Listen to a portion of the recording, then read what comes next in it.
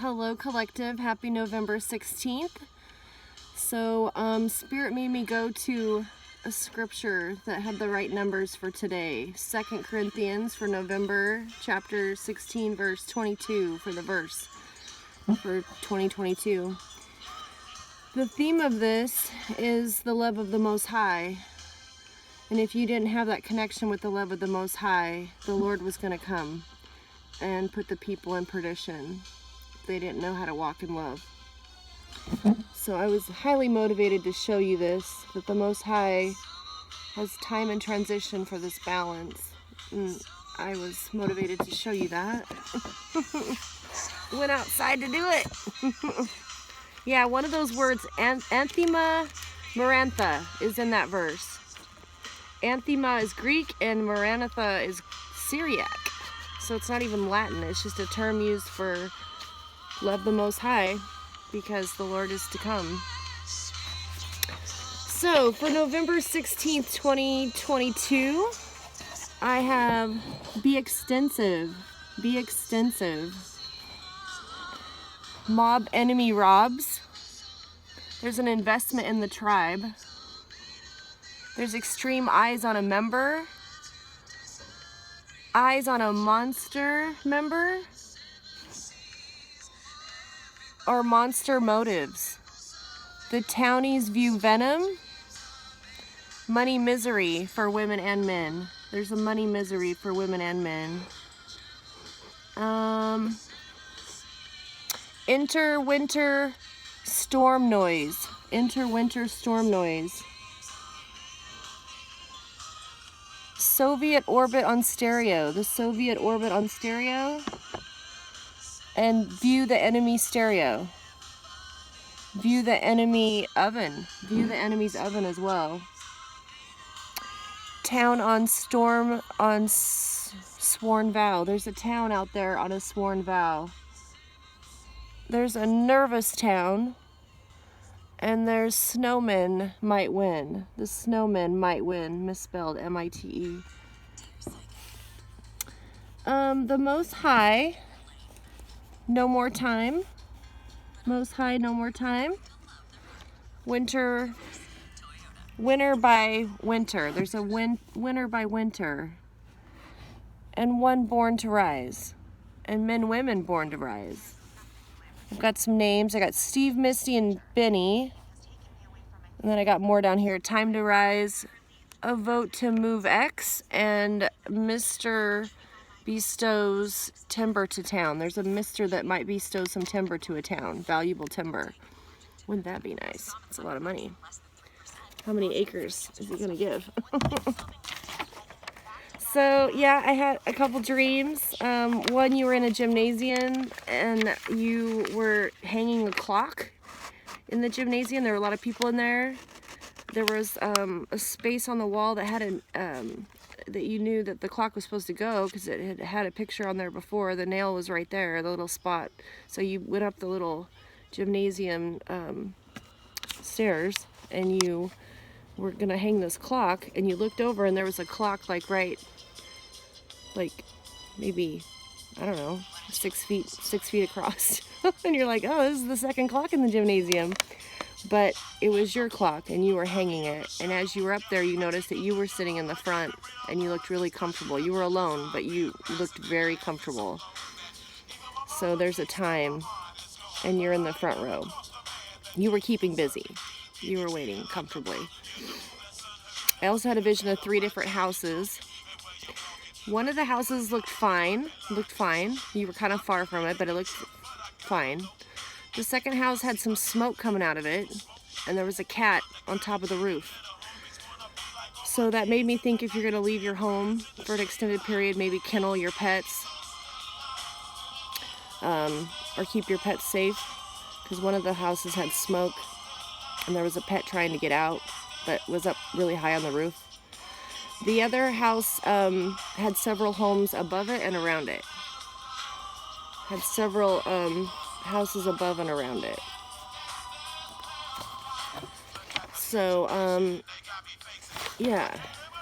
So the chosen one I did for today was Carl Sagan. he had this awesome quote collective. He said, "Who are we to judge suppressed knowledge, no matter where you obtain this knowledge?" Because you're like a scientist, right? So Carl Sagan was a physicist, and if you rearrange those words in physicist, you get psychic. He was amazing. But anyway, he's like, no matter how awkward the knowledge is, or how people, it might bother people, the knowledge that you present collective. It might bother people, especially people in power and privilege. But who are we to suppress or decide what knowledge is permissible? We're not smart enough to decide that, Carl Sagan said. So I really like him. He went through a lot of, you know, join them if you can't win them kind of attitude in his life, because he had people making fun of him, and he's such a kind man. He's very funny, but he joined them if he couldn't win. He joined them. So I feel like if you've been made fun of or whatever, you learn to laugh along. You didn't take yourself that serious, which is just an awesome quality. It's that love that you tapped into, that Most High. You're not here to win. You're here to show love. So I really like that. Carl did some amazing things, and one of the things I found that was really interesting is when he went to apply for, after he went to University of Chicago, he went to Harvard to do he applied for tenure, and they denied him for tenure at Harvard, I believe, but his time away from that, he wrote a book that became a national bestseller. So it's kind of like, even if your plans don't come through, some of your private plans will. If you separate yourself and align yourself with some of your more private goals, sometimes it works out. So he also had a partner in life that later in life, because he went through, like, I don't know, 3 wives. But they named these correlating asteroids after each other because they were in the Mars-Jupiter belt, and these asteroids would orbit eternally to represent their love, so they named them after each other. I thought that was really cool. So yeah, his parents didn't understand him, you know. He was a brainiac, you know. And that's why I like that quote from him, like, who are we to decide what knowledge is permissible and what knowledge is bunk, you know. we don't. That's sort of the Most High, you know. we never know. Ooh, that one to come out sideways. I'll let it come out sideways. Yeah, I had to come outside today. Enjoy this beautiful cold weather. I'm so envious when I watch some of the readers that are in warm areas. I'm like, oh, they don't even know how grateful they should be that they can go out and warm their bones. I'm so envious. But in a good way, because you're more than blessed to be there, I'm sure. So, yeah, because I wanted to read from 1 Corinthians 2:7 about the wisdom of the mysterious wisdom that the Lord, that we're bestowed, but the Spirit's like, no, I want you to have it correlate with today's date. And then when I got to that one, I'm like, dang, that's the love message right there. If you don't have love, you better get out of the way. Let's get out of the way. And the forgiveness thing too, you know, because we're in a new cycle. You've let a lot of it go, so you guys are amazing.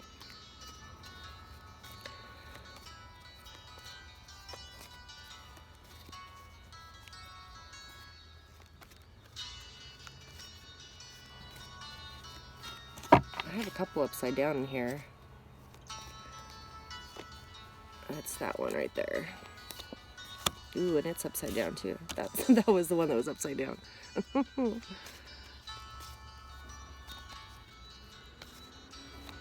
I haven't been outside in a while.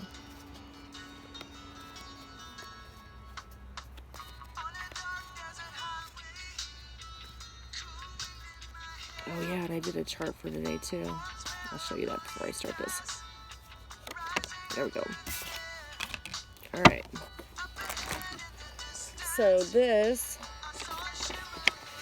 So for your IM, You know the MC, the time of the chart in your birth chart? If you just for a second put all the planets up there, just say like hypothetically this is your birth chart and you have all the planets up there. You can break that down. Like if you have Pluto up there, I am a private eye because that's Scorpio. If you have Neptune up there, I am losing my religion because you're constantly going to be exploring religion. So it's like that REM song, you're losing your religion constantly if your Neptune's up there. If you've got Venus, you're like walking love. That's I am walking love. If you have the sun up there, you are the party. You are the party. If you have the sun up there, like you're pretty much the party. If you have the moon up there, you're the secret. You're the wish. If you have Mars up there, you're the fighter. You're the war. That's Mars. You're the fire. If you have Jupiter up there, you're the abundance. You're the blessing if Jupiter's up there. If you have Mercury up there, you're the think tank. You're the shark think tank right there if Mercury's up there. If you've got Chiron up there, you're the healer. I am to heal. And if you've got Uranus, the clan up there, you're the revolution. You're the change. And it can be very shocking. Yeah.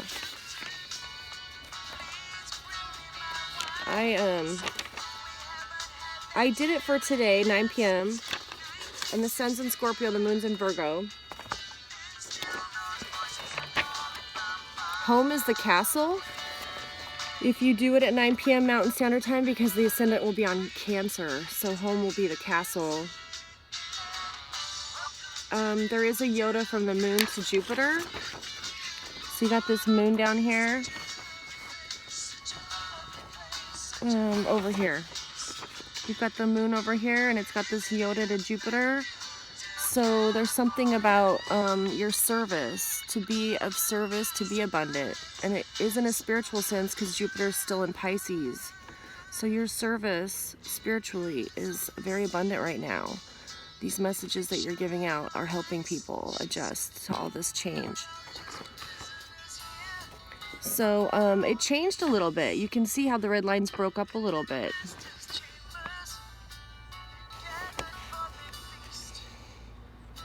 There's still a lot of aggression. Scorpio went into Sagittarius today, and it's sending this message to the moon. Like, I don't really like the restrictions on me right now in my relationships. There's some restrictions on relationships right now. That's an emotional response to that. There's also an emotional response to maybe what you're doing actively, because the sun is got a square to the moon, and how you're thinking. But again, all those also have blue lines to the new way to recreate yourself, headed up to that nice little blue evolution of what the collective is trying to get people to hop on this train. Please hop on this train. It's so much more comfortable. And let the universe fight out the rest, you know. But yeah, there's some uncomfortable people out there for sure. Yep, that's for tonight, 9 p.m. I like it. Okay, so the cards for today. I want to tell you this. The beginning of the reading is this. There is a balance. Because when she's like that, right, it's like we're going to stop. We're just going to have things even Steven for just a moment in time. That's what they're hoping for. So there may be no active attacks on you today.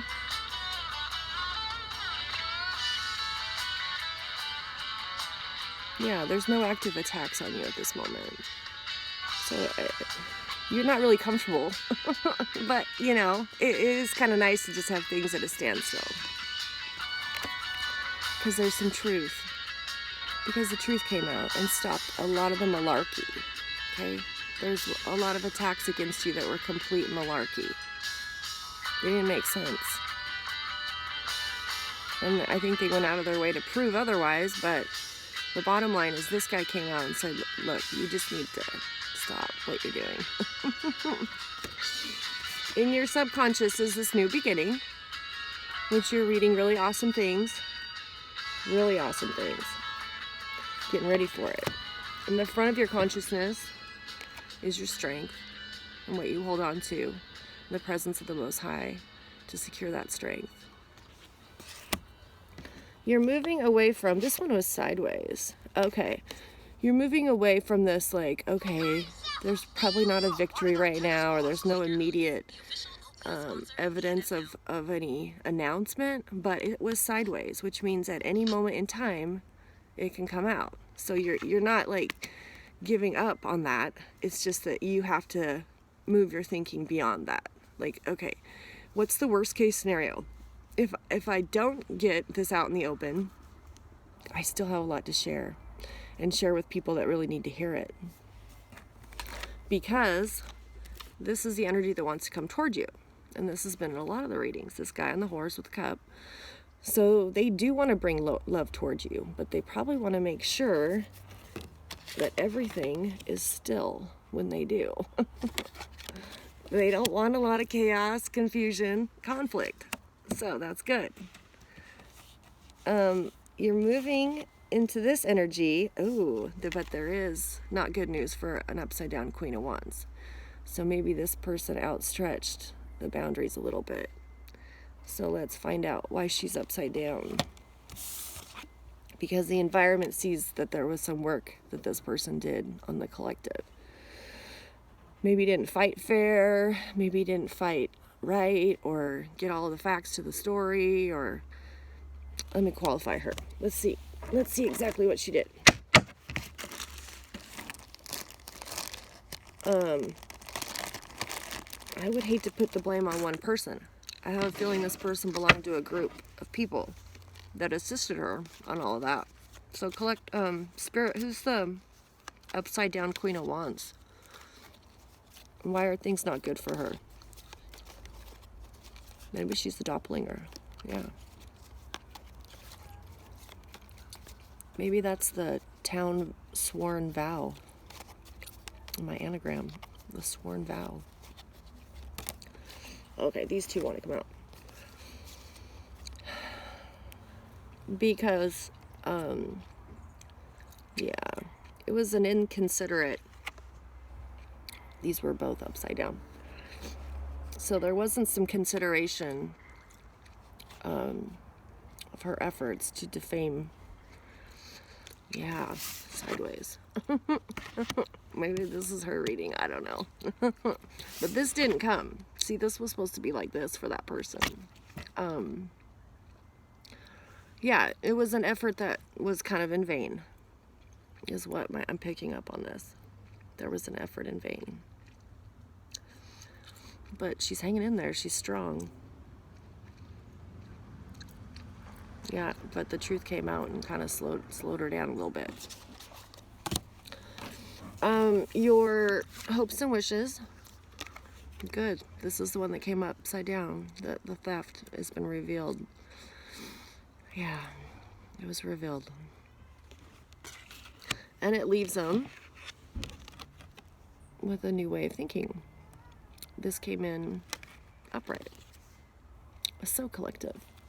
May you have a wonderful upright evening. I love you.